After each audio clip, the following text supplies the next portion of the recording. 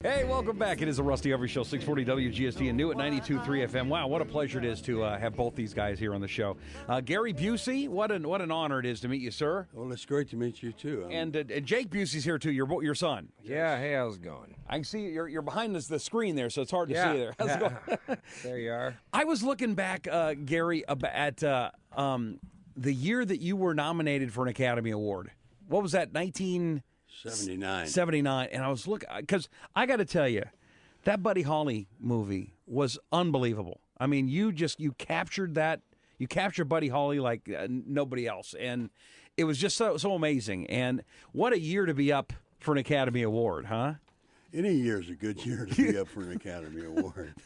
That's a good point. But I'm looking at the people you were up against. I mean, I was looking back on. You probably should have won that one.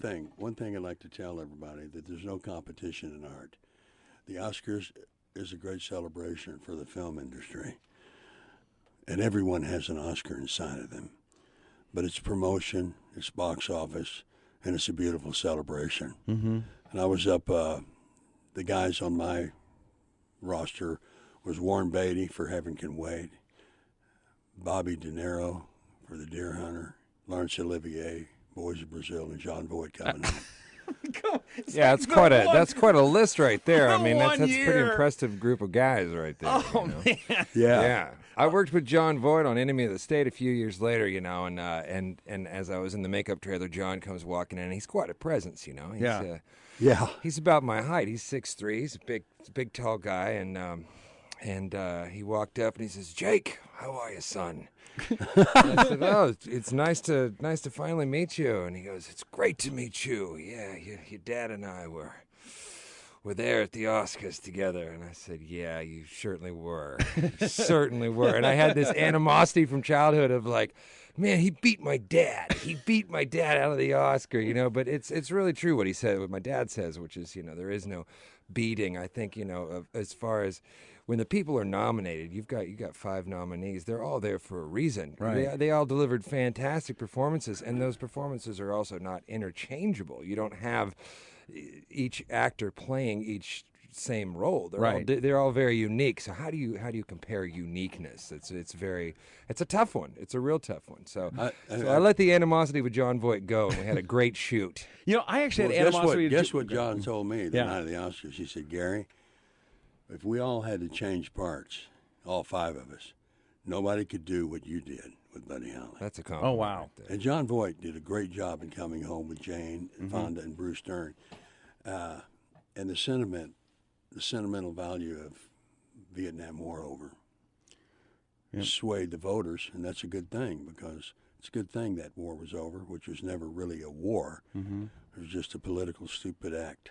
Well, I got to tell you, I had a thing with him, too. He called me on my show a few months ago, or a couple years ago. Oh, my. He called me to apologize. My father was killed in Vietnam, and he called to say, "Oh, man. I just wanted to say, I'm sorry. I thought the way I behaved back in those days was wrong, and your father was a hero, and I just wanted to say thank you." Wow. I mean, just an unbelievable thing. Gary Busey's here. Jake Busey is here. Getting heavy. Sorry. Getting heavy in here. I didn't mean to do that. It's getting heavy in here. You have really had a huge resurgence in your career, haven't you, Gary? I mean, it's a cult thing. I mean, it's the Entourage show, for example, really has brought you to a what the journey. deal is, the industry of film and music and all the arts, they go in cycles, like 7-year cycles. Yeah. It's like a roller coaster. You're in the valley, you're on the hill. You're in the valley, you're on the hill. It comes with a dinner of the unconscious menu. Okay. And that's what makes it so fertile, art. I'm proud to be an artist. Do you consider yourself more of an artist than you do an actor? Or is acting art? Acting is the absence of acting. It's believing in the truth of the moment you're creating at that time. For instance, Lethal Weapon. I played a guy named Mr. Joshua. Right. And I build a backstory for all the characters I play. So when it comes time for the first scene, I got the character wrapped around me and my heart comes through. And Mr. Joshua, here's what he would do. He would walk through his grandmother's blood to get a postage stamp and never look at her. Yeah. Traumatic brain injuries give us all kinds of crazy thoughts and ideas, don't they? This is Traumatic Brain Injury Awareness Month. And when I went off a motorcycle, December 4th, 1988, it hit my head on the curb of a Harley without a helmet. It split my skull all the way to the top, knocked a hole in it that big, and I passed away after brain surgery and went to the other side. Do you remember that? Yeah, I do. What do you remember? I remember how much freedom of everything, how much love of everything, and how much truth in everything. It's nothing like Earth. It's the most beautiful place. So you're ready to go back someday. I mean, you can't wait. I'm not ready. I am. You are. I'm going. We all are. Yeah. So we got to take care of this time we spend on Earth to be good to others. My favorite rule is now the golden rule: doing to others as you would have others doing to you. How has it changed your life after the accident? Are you a different person? Oh yeah, I had vuja days. You know what a deja vu is, Right. Well, a vuja day is when you see something you've seen before, but it's brand new. It's all brand new. Life is so special and so sweet and so kind that if we find the truth of ourselves and become our own best friend, that brings out a leader. Gary Busey here, Jake Busey as well. And Brain Injury Awareness Month is going on. Jake, obviously you were around when your dad got hurt. Is he different? Yeah, I was 17 years old. Because you remember it well. On the bike. Yeah, and I kind of feel a little bit responsible because I was really into motocross racing. I tried to get him into No, you're not responsible. riding motorcycles, and he started riding street bikes with his manager and with Arnold and the gang, and they all, blazed around L.A., Ray Shark, all those guys. But yeah, I was in high school, senior year of high school, when he hit the pavement, and it was odd. At the time, I was working on an off-road racing team as a hobby. Yeah, one of the crew members. Jake is very talented, my friends. Yeah. Very talented. Thanks. In everything. But yeah, it was about an hour-and-a-half drive outside of L.A., and I usually came home on Sundays, but late. I would come home as late as I could, and then go to school in the morning to maximize my weekend. But that Sunday, December 4th, this is before cell phones, before pagers. This was, there was, you had an answering machine at home. You didn't have a voicemail that was electronic. So back in the analog days, and I just had this thought of, I think I need to go home. I think I just got this feeling like I don't need to hang out here at the race shop for the rest of the day. And so I drove home. And I had 50 messages on my answering machine. Oh my gosh! And the first one was, Jake, I'm so sorry to hear about your dad. And then of course, the rest of them, I only got through about 5 or 6 before my two best friends showed up at the house, threw me in the truck, and we I at this point was still just sort of gathering my thoughts of what's going on, and this stuff is on the news, and we rushed to Cedars-Sinai, and he was in the brain surgery at the time. And that was about a 5.5-hour situation. It was pretty traumatic, and it was really kind of before the paparazzi explosion, before the internet, before all that. So you had like these covert paparazzi people, sort of skulking around the hallways, trying to get bits of information and what have you. But it was. I think if that had happened in today's day and age, it would have been a lot different. And it's actually. It's good that it wasn't over-publicized at the time, and the invasion of person. They did say in the news that it doesn't look like Gary Busey's going to make it. Oh gosh! But how is he different as a father, as a man from when you're? Well, I taught him how to eat. Really? I taught him how to talk. I taught him how to walk. I taught him how to hold a fork. Gary, what is it like to not remember how to hold a fork? I mean, that's got to be really frustrating. Well, I got good news for you. Yeah? I didn't remember. It was interesting. What easy. happened? I'll tell you what. Usually when you've got to think about this all across America, you've got the 17-year-old boy, the son, in the family. Wow. And what is a 17-year-old boy going through? Massive hormonal changes, going from a kid to being an adult, trying to figure out who they are, what they want to do with themselves for their life.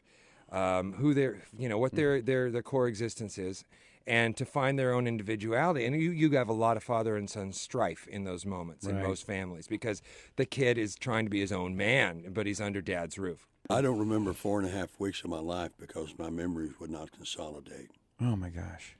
Yeah, that's okay. It was, you know, and it was actually longer than 4.5 weeks. Yeah. It was more in the realm of 3 months. Oh my gosh, they're yelling at me. We don't have a ton of time here. Brain Injury Awareness Month. Please go check. Please wear a helmet. Oh, yeah, please wear a helmet. Wait, yeah, well, I'm making. I'm going to Washington to talk with my friends. Yeah. And I'm working on making the helmet law mandatory in every state of the union for 5 sports: rollerblading, skateboarding, bicycling, snow skiing, and motorcycling. So you want the government to get involved and tell people to wear helmets? Well, they are, and because of me. Yeah. Because when I was invited to the George Herbert Walker Bush administration for a White House briefing, I told them what happened to me in my accident and about the power of helmets. And that became the language that started the Traumatic Brain Injury Act, which President Clinton signed in 1997. So to be responsible for that with my injury turned out to be a blessing. Gary Busey and Jake Busey's here. Quickly, Jake, best movie your dad's ever done? Oh, man. Have you got an hour? Quickly. Yeah, he's done some great movies. That's a real tough one. I really got to say, though, I mean, but the Buddy Holly story was his most vulnerable, honest, completely non-self performance. So that's his best acting because he wasn't Wasn't him. acting. He was Buddy. You were Buddy He Holly. really was. I was not acting. I was channeling. Yeah, and I was channeling I'm Buddy's voice through me. And I agree He with was that. singing through me. Yes. And then quickly, Gary, Jake's best role. Oh gosh, when Jake was 5. it ended there. Excuse me. You know, after 5, that was it. It was all downhill from there. No. Jake, his first movie was Straight Time with me and Kathy Bates and Dusty Hoffman. Yeah. And we didn't rehearse. We didn't have to. We just told him what the scene was, and he'd do it. It was perfect. Oh, that's great. Then let's talk about Starship Troopers. It was very strong for him. You were very good in that. You were a badass in that. Well, I think we all were. Well, when you're killing brain bugs, you got to be pretty tough. And then Starship Troopers. Let's see, Contact. Jodie Foster. That was a fun one. Oh man, that was so good. That performance was so good. And Starship Troopers, and a movie he did with Michael J. Fox called The Frighteners, where he played the meanest serial-killing ghost that ever lived. You guys both have this reputation of being really mean guys, and I got to tell you, you guys are nice people. I want to know who propagates this, who perpetuates this. Because you're good at, because of your acting. You're badasses in the movies. Oh, that's it. Well, I've only been a badass in one movie. That was Lethal Weapon. Well, in Point Commander Break, kind Krill, of. Commander, no. No? Point Break, I was a maverick FBI agent. I got him that job in Point Break. I auditioned for one of the roles of the surfers, Yeah. and here I am. I'm trying to start my career. So I go in there and I give it all. I give it my, I do the best I can. And the casting, after I'm done, the casting director looks at me and he's like, hey, what's your father up to these days? And I was like, oh man, my God. okay, that's it. I said, give him a call. He goes, yeah, he'd be great for Angelo Pappas, the detective. And I thought, yeah, well, give him a ring, and thanks for having me in. They're gonna kill me if I don't let you go. Jake Busey, Gary Busey. By the way, Gary's got an upcoming movie, Piranha 3. Wait. Yes. Day of the Dead is at Peachtree City. Yes, the tomorrow. Wyndham Peachtree Conference Center in Peachtree City. Okay, dayofthedead.net. Stop. Yes, sir. It's at Peachtree City at the Wyndham Hotel, and please come out there. There are actually ghosts moving through that place, and you can barely see them. But when you do see them, you've seen a ghost. And I'll be there, and Jake will be there, and we can have food fights or whatever you like. Oh, I think you just brought it upon yourself there, right? Gary and Jake Busey, guys, thank you so much for being on the Rusty Every Show.